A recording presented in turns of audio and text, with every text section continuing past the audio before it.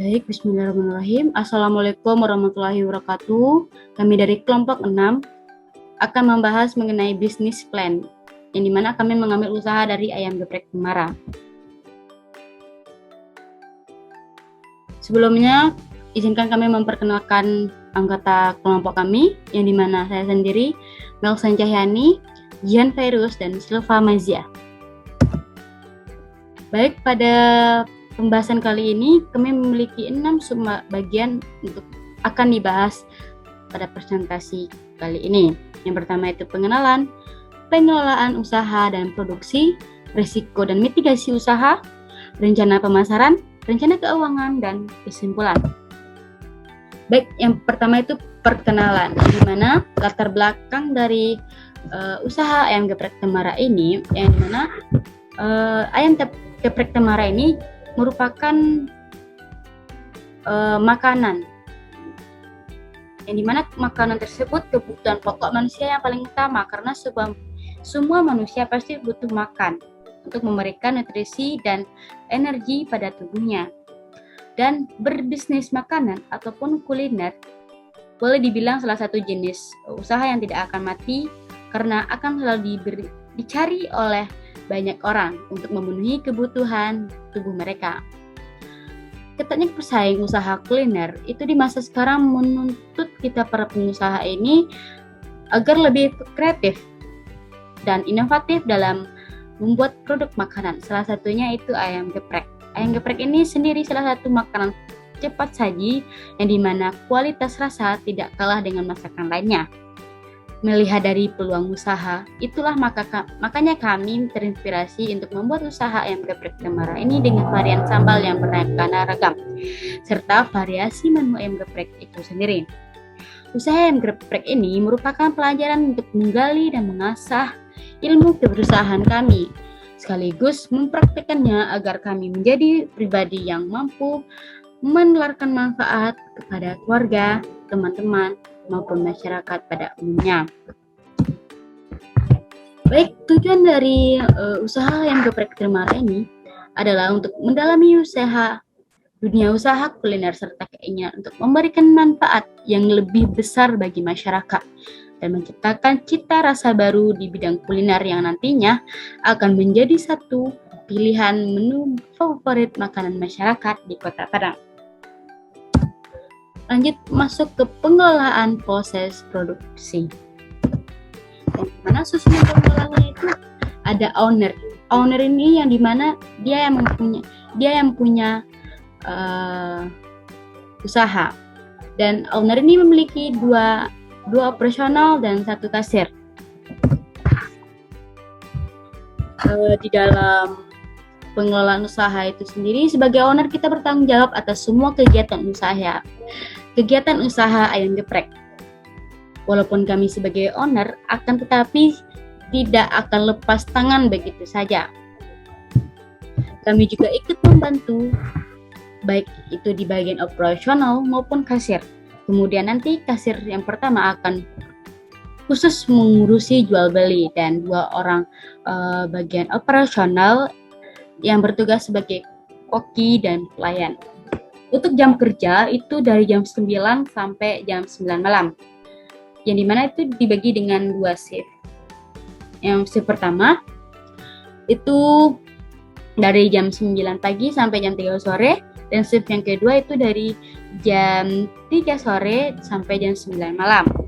Karena karyawan kami 3 ditambah dengan salah satu dari kami bergantian, maka tenaga kerja ada 4 orang. 2 orang jaga shift pertama dan 2 orang lagi jaga shift yang kedua. Untuk hari Minggu kita libur. Lanjut ke proses produksi, yang dimana yang pertama kita itu mempersiapkan bahan makanan dan minuman seperti membeli tepung, beli minyak, beli telur, dan teman-teman yang lainnya. Selanjutnya proses pembuatan ayam crispy dan sambal khasnya.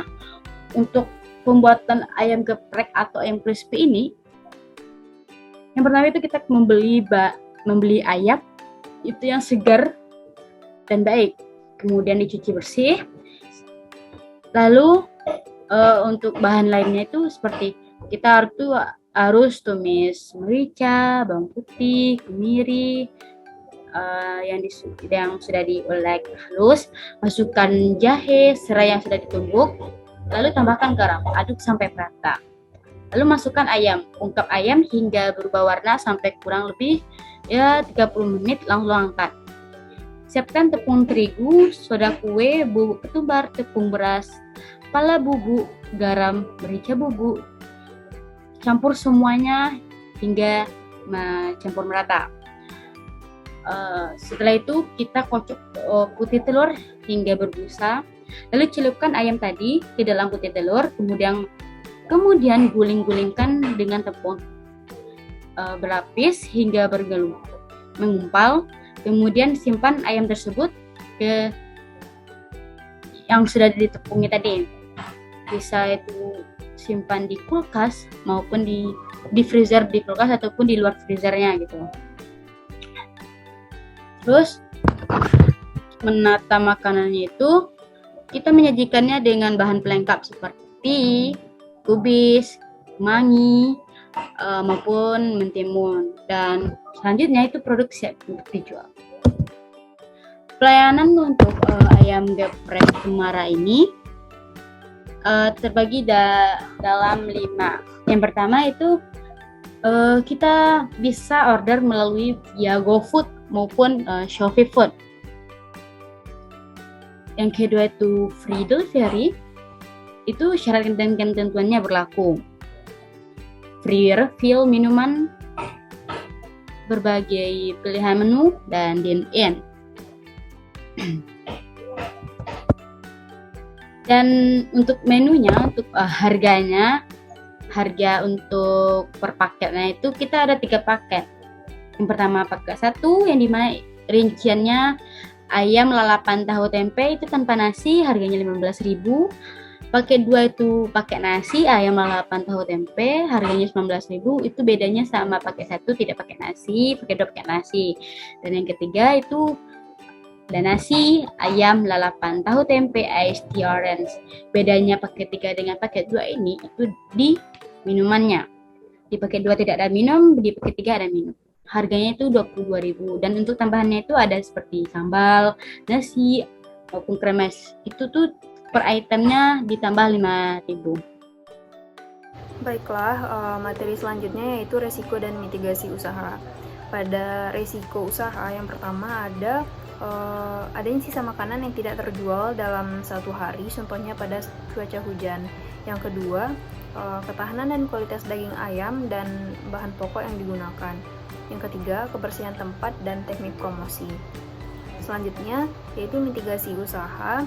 Yang pertama, membuat prediksi atau planning yang mana melihat hari-hari yang produktif atau banyak pelanggan di bulan-bulan apa saja, sehingga bisa memprediksi seberapa banyak kita belanja bahan-bahan pokok. Yang kedua, memilih-milih dalam membeli daging ayam. Sebaiknya bisa datang langsung ke peternak ayam yang kualitasnya sudah terjamin. Yang ketiga, selalu menjaga dan mengecek kebersihan tempat, alat, dan barang-barang pokok sehingga selalu terjamin kualitasnya. Yang keempat, yaitu rencana pemasaran dan target produk. Pada target pembeli, biasanya pembeli ayam geprek tersebut lebih banyak diminati oleh pelajar atau mahasiswa, yaitu persentasinya yaitu 55%, dan sedangkan untuk masyarakat sekitar yaitu 45%. Pada usia pembelinya, yang umur di bawah 20 tahun biasanya 40%, yang umur 20 sampai 40 tahun yaitu 65%, yang lebih dari umur 40 tahun yaitu 20%.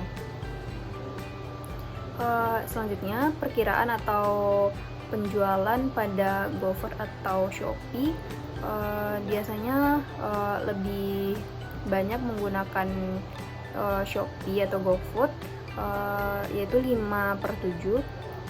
Sedangkan untuk dine-in dan take away biasanya paling banyak, dan untuk pesanan khusus hanya 2/7. Selanjutnya, penjualan siang versus malam, lebih banyak orang-orang membeli makanan tersebut pada siang hari daripada malam hari. Untuk promosi produk tersebut bisa menggunakan iklan, yaitu membuat iklan yang menarik di media sosial seperti Instagram atau Facebook. Yang kedua, mulut ke mulut, yaitu dengan cara pada awal pembukaan akan diadakan syukuran dengan membagikan 20 porsi ayam gratis kepada masyarakat. Yang ketiga, promo di GoFood. Untuk awal penjualan memberi promo sehingga dapat menarik pembeli untuk tertarik membeli. Selanjutnya kita lanjut pada bagian kelima, yaitu rencana keuangan. Rencana keuangan tersendiri kami membagi dalam bentuk 3 bagian. Yang pertama yaitu modal kerja, yang kedua modal investasi, yang ketiga yaitu modal operasional. Untuk modal kerja sendiri, bagiannya yaitu terdiri atas bahan baku. Contohnya pada ayam atau minyak goreng dan bahan-bahan lain. Untuk yang kedua, modal investasi. Modal investasi itu kami kelompokkan terdiri atas peralatan.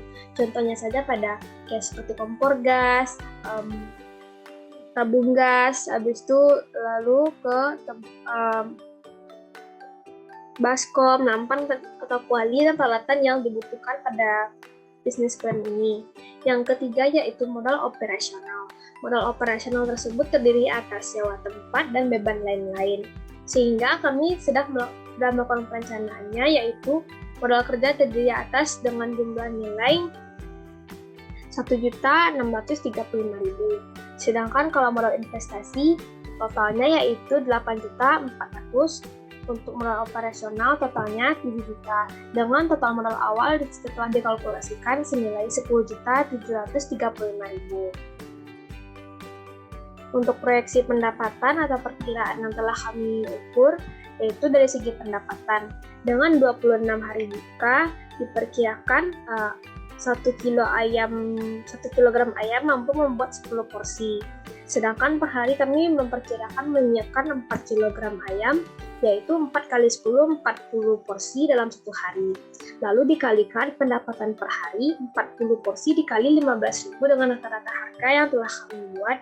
Lalu 600.000 tersebut dikalikan dengan 26 hari buka, dengan gambaran pendapatan mendapatkan hasilnya yaitu 15.600.000. Untuk beban sendiri, total beban keseluruhan telah kami hitung dengan totalnya 5.419.000. Sehingga didapatkan laba setelah pendapatan dikurangi beban, maka perkiraan laba didapatkan senilai 10.181.000.